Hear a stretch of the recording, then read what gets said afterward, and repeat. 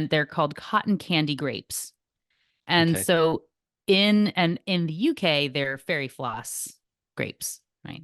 And when we think about something like grapes, like talk about a commoditized industry, right? Like, do I care what farm my grapes came from? And it's sort of like a grape is a grape is a grape, right? Like the choices I have are green or purple, seedless or not. And like, who's buying seeded grapes? Yuck. Like, we don't want that. So, like, that's not really a choice. So there's not much going on there, right? But there's this company that invested in making hybrid grapes, and they're not infusing anything, like no chemicals or anything. They're just looking at all these like, different varietals of grape and merging them together to come up with these extra sweet, delicious grapes. And this person decided that they reminded them of cotton candy when they went around and sold them. They've got big pink, cotton candy imagery on them, and they really stand out from the other grapes in the supermarket when you go to buy them.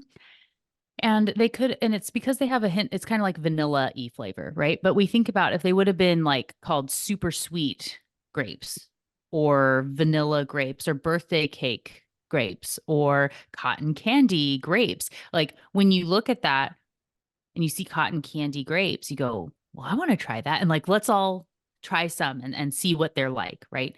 And the thing is, they are expensive and they sell out almost instantly. There's actually a website that's called cottoncandygrapewatch.com that when people find them, they're like, oh my gosh, here's the picture. They've arrived at Costco, and everybody run to get them before they're gone because they only, like I said, come out one time a year. But again, if they were just called extra sweet grapes, like meh.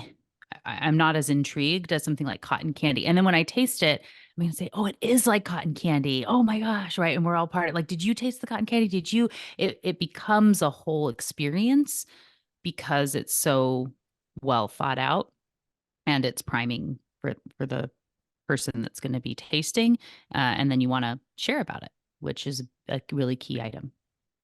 Yeah, I remember a story of about Julius Caesar. I think it's true, but I don't know if it's entirely true. But I think it's where this idea of I think it's called the Veblen effect comes from. But Mm. basically, he was kind of he when he was a low level senator or a low level politician, he kind of got picked up by pirates, um, kind of taken hostage and taken off to an island basically, and they wrote off a hostage demand to the kind of the Roman Senate or whatever it was at the time. And before they sent it off, he told them to increase the price, the ransom demand, to increase the price of the ransom demand. Hmm. So they put this massive figure. The news got back to Rome, and everyone's like, "Who's this? Who's this Julius Caesar? Who is he? But why is he worth so much?" And basically, they ended up paying it. He came back, and he had notoriety because he'd got them to increase his price to make him more like more kind of yeah, wanted, which is really yeah, interesting. So on that side of things, when it comes to, I was thinking as well, when it comes to sales, we have the company in the UK that does sales all the time. They're literally constantly sales. And I used to work at a place where it was a constant one sale to the next, to the next, to the next. And I always thought from the brand perspective, this can't be great. This can't be great. What signals are you giving to people? So what are your thoughts on that side of things, like on the constant sales side of things, or yeah, just constantly reducing prices and stuff like that? Yeah. So in the truth about pricing, like I said, there are lots of questions and things to consider and items I put like tasks through the book to help you get to your ultimate price and how you present it. One of the things that I would say is quite possibly the most important decision that you're going to make is knowing what type of business you are. And this is not service or product based, it's not in person or online. It is knowing whether your business is built on quality or value. And I know you're saying, like, I want both. Like quality and value are good things. I want both of those things. And you can't, right? Like you have to pick a lane here because the way that you go to implement different aspects of the psychology, even if we're working on the same concepts, you should do them in different ways based on which side you choose to be on. And when you're in that gray area is when it gets confusing for those potential customers. It's hard for them to buy from you. So let me define them, and then we'll show that should help to answer some of the question as well. So the quality side, these are your, if you're selling to celebrities, luxury items, if you have special certifications, if you're doing really sustainably built models, if you're investing in research and development, like any of these sort of areas where we want to be at this era of quality and typically higher prices than what we would see in the competition. In this side, you can still be providing good value for that, right? So it doesn't have to be exorbitant for no reason, but you are really focused on providing good quality. And when you think about investing money back in the brand or the business, it's going to be done in a different way than if you were wanting to be a discount, a bargain, a deal for someone. And so on that side, for a quality business, I recommend you have whole number pricing for one thing, $500 instead of $497, or even in the case of Serendipity 3, right, being 214. Like we're up above in a way that you go, huh, like that's interesting, right? It's not rounded down. So that is our quality side of things. On the value side, and then quality shouldn't be running lots of discounts and sales and deals and things like that. You can choose to do them every so often, very rarely, and really have a reason behind it, right? So, and if you choose not to, then that's totally fine. But where we get into the kind of murky gray area with that type of business is, say, it's the holidays and you look around, like you said, you're about quality, you look around, everyone's doing a year-end sale, and you try to throw something together because, well, that's what we're supposed to do right now. And so you make something up and you have this weird discount that totally misaligns with what the company is about, and it just degrades in a way that's not helpful for you.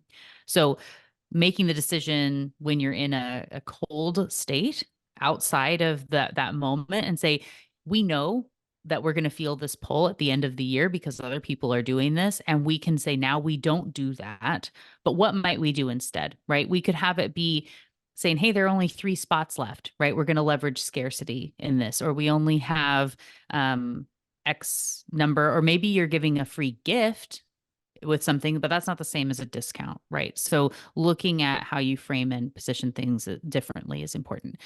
So then we get on the value side, which of course is those bargains, the deals, the discounts. You're going to round down your pricing. This is your Costco, your Walmart. Great business models are had on this side. And of course, you can still sell quality items, but the value to people is still at the core.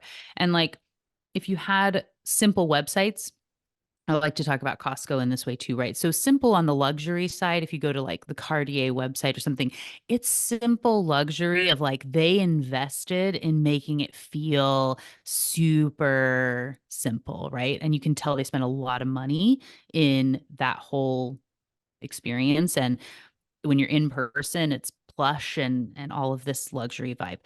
Costco's website is really simple in a like, we didn't waste money on that. It works. It's getting you what you need, but we're not investing in that. We're also not investing in big ads. We're not investing in cushy experience. It's a warehouse, right? And you feel like it's a warehouse when you're in there, but that says something about the brand without them having to say it in this like verbal way. And because they've owned that space so well, when you go to buy something, you're not going and checking like cost of like what it would be. You're not price matching to other competitors when you're shopping at Costco in a way you might at another retailer, because you just believe that they have your best interest at heart and that they're doing what they can for those members.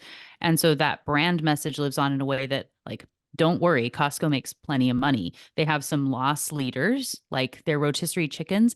They lose $30 to $40 million a year keeping the rotisserie chicken at $4.99, and they lose a ton of money on their $1.50 hot dog combos.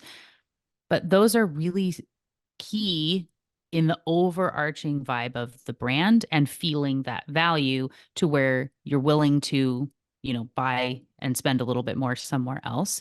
So again, you can do discounts, you can have good sales, you can be doing that, but be thoughtful about it and make sure it aligns with if you've decided to be a value brand. And if you are on the quality side, be really, really, really, really selective and always would ask, should we run a sale? We feel like we need to, but what if we didn't? What might we do instead? Again, asking those thoughtful questions is really the most important thing you can be doing all along the way, especially when you feel like you have to do something.